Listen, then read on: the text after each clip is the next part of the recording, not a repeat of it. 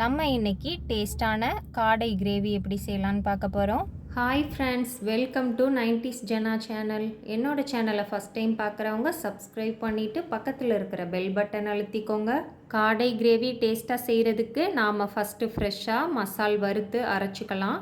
எண்ணெய் எதுவும் சேர்க்காமல் நாம் ட்ரை ரோஸ்ட்டு தான் பண்ண போகிறோம். அதுக்கு அடுப்பில் ஒரு பேன் வச்சுட்டு ஒரு துண்டு பட்டை, 2 கிராம்பு, ஒரு அன்னாசிப்பூ, 1/2 ஸ்பூன் சீரகம், 1 ஸ்பூன் பெருஞ்சீரகம், 2.5 ஸ்பூன் அளவு மல்லி விதை சேர்த்துக்கலாம். 1 ஸ்பூன் அளவு மிளகு சேர்த்துக்கலாம். காரத்துக்கு 3 காஞ்ச மிளகாய் சேர்த்துக்கலாம். கலருக்காக 2 காஷ்மீரி வத்தல் சேர்த்துக்கலாம். சேர்த்து அடுப்பை மீடியம் ஃப்ளேமில் வச்சு எல்லாம் நல்லா வாசனை வர அளவு வறுத்துக்கலாம். மசால் உடனே ஃப்ரெஷ்ஷாக வறுத்து அரைச்சி செய்கிற குழம்பு ரொம்பவே டேஸ்ட்டாக இருக்கும். இப்போ பாருங்கள், எல்லாம் நல்லா வாசனையோடு வறுபட்டுருச்சு. இப்போ இதை எல்லாத்தையும் நல்லா ஆற வச்சு மிக்ஸி ஜாரில் சேர்த்து நல்லா பவுடர் பண்ணி எடுத்து வச்சுக்கலாம். தண்ணி எதுவும் சேர்க்காமல் பவுடர் பண்ணி வச்சுக்கலாம். இப்போ நாம் காடை கிரேவி செய்ய ஆரம்பிச்சிடலாம். அதுக்கு அடுப்பில் ஒரு குக்கர் வச்சுக்கலாம். 2 ஸ்பூன் அளவு நல்லெண்ணெய் சேர்த்துக்கலாம். இதில் ஒரு பிரியாணி இலை, ஒரு துண்டு பட்டை, 1/2 ஸ்பூன் அளவு சோம்பு சேர்த்துக்கலாம். 2 பெரிய சைஸ் வெங்காயம் கட் பண்ணி வச்சுருக்கிறேன், அதை சேர்த்துக்கலாம். இது நீங்கள் சின்ன வெங்காயம் சேர்த்தும் செய்யலாம். கூடவே ஒரு கொத்து கருவேப்பிலை சேர்த்துக்கலாம். சேர்த்து வெங்காயம் நல்லா கலர் சேஞ்ச் ஆகி வதங்கி வர தண்டியும் நல்லா வதக்கிக்கலாம். வெங்காயம் தக்காளி நல்லா வதக்கணும், அது ரொம்ப முக்கியம். ஃபஸ்ட்டு நாம் வெங்காயத்தை நல்லா வதக்கிக்கலாம். வெங்காயம் நல்லா கலர் சேஞ்ச் ஆனதுக்கப்புறமா அதில் 2 ஸ்பூன் அளவு இஞ்சி பூண்டு பேஸ்ட்டு சேர்த்துக்கலாம். நல்லா கொஞ்சம் பெரிய ஸ்பூனில் 2 ஸ்பூன் சேர்த்துக்கலாம். இஞ்சி பூண்டு பேஸ்ட்டு பச்சை வாசனை போகிற அளவு வதக்குனதுக்கப்புறமா ஒரு பெரிய சைஸ் தக்காளி நான் இந்த மாதிரி கட் பண்ணி வச்சுருக்கிறேன், அதை சேர்த்துக்கலாம். தக்காளி நீங்கள் உங்களுக்கு விருப்பமானபடி கட் பண்ணிக்கலாம். மீடியம் சைஸ் தக்காளியாக இருந்தால் 2 தக்காளியாக கூட சேர்த்துக்கலாம். தக்காளி நல்லா வதங்கி வரணும். இப்போ இதில் ஒரு 1/2 ஸ்பூன் அளவு உப்பு சேர்த்துக்கலாம். உப்பு சேர்த்து நல்லா தக்காளியை வதக்கிக்கலாம். இப்போ வெங்காயம் தக்காளி நல்லா வதங்கி வந்துடுச்சு.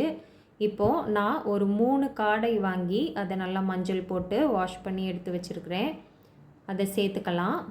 காடையோட கால் எல்லா பக்கமும் முடி அந்த மாதிரி இருக்கும், அதை நல்லா க்ளீன் பண்ணி வாஷ் பண்ணி எடுத்து வச்சுக்கணும். க்ளீன் பண்ண காடைகளை உள்ளே சேர்த்துக்கலாம். இப்போ இதை எல்லாத்தையும் நல்லா ஒரு வாட்டி கலந்து விட்டுக்கலாம்.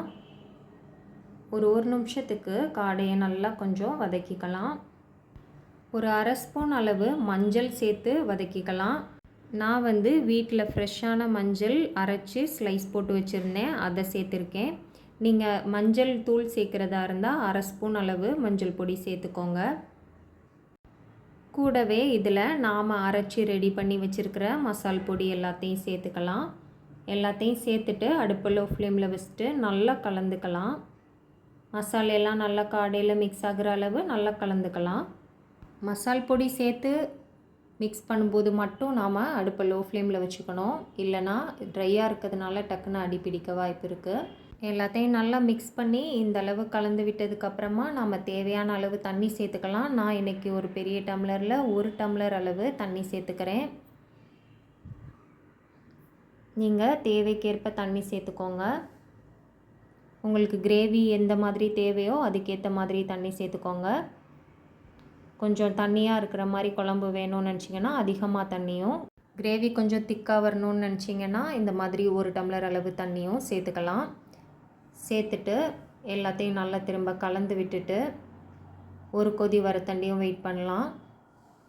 இப்போ பாருங்கள், நல்லா கொதிக்க ஆரம்பிச்சிருச்சு. இப்போ குக்கர் மூடி போட்டு மூடி ஒரு 2 விசில் மட்டும் வச்சு எடுத்துக்கலாம்.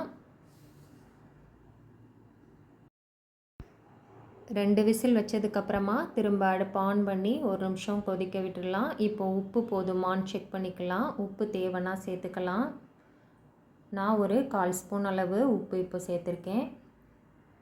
அப்புறமா இஷ்டப்பட்டால் கொஞ்சமாக கருவேப்பிலை இலைகள் சேர்த்துக்கலாம். அப்புறமா தேவையான அளவு நறுக்கிய கொத்தமல்லி இலைகளை சேர்த்துட்டு எல்லாத்தையும் நல்லா ஒரு வாட்டி கரண்டி வச்சு மெதுவாக கலந்து விட்டுட்டு அடுப்பை ஆஃப் பண்ணிக்கலாம். காடை வேக வச்சதுக்கப்புறமா ரொம்ப கரண்டி போட்டு மிக்ஸ் பண்ணோன்னா காடையெல்லாம் உடஞ்சிரும். இப்போ நமக்கு ரொம்பவே டேஸ்டான காடை கிரேவி ரெடி ஆயிடுச்சு. இந்த மாதிரி எல்லோரும் வீட்டிலையே ஃப்ரெஷ்ஷாக மசாலா அரைச்சி டேஸ்ட்டாக ஹெல்த்தியாக செஞ்சு சாப்பிட்டு பாருங்கள். செஞ்சு பார்த்துட்டு எப்படி இருக்குன்னு சொல்லி எனக்கு கமெண்ட் பண்ணுங்கள். என்னோடய சேனல் பிடிச்சிருக்குன்னா லைக் பண்ணுங்கள், ஷேர் பண்ணுங்கள். தேங்க்ஸ் ஃபார் வாட்சிங்.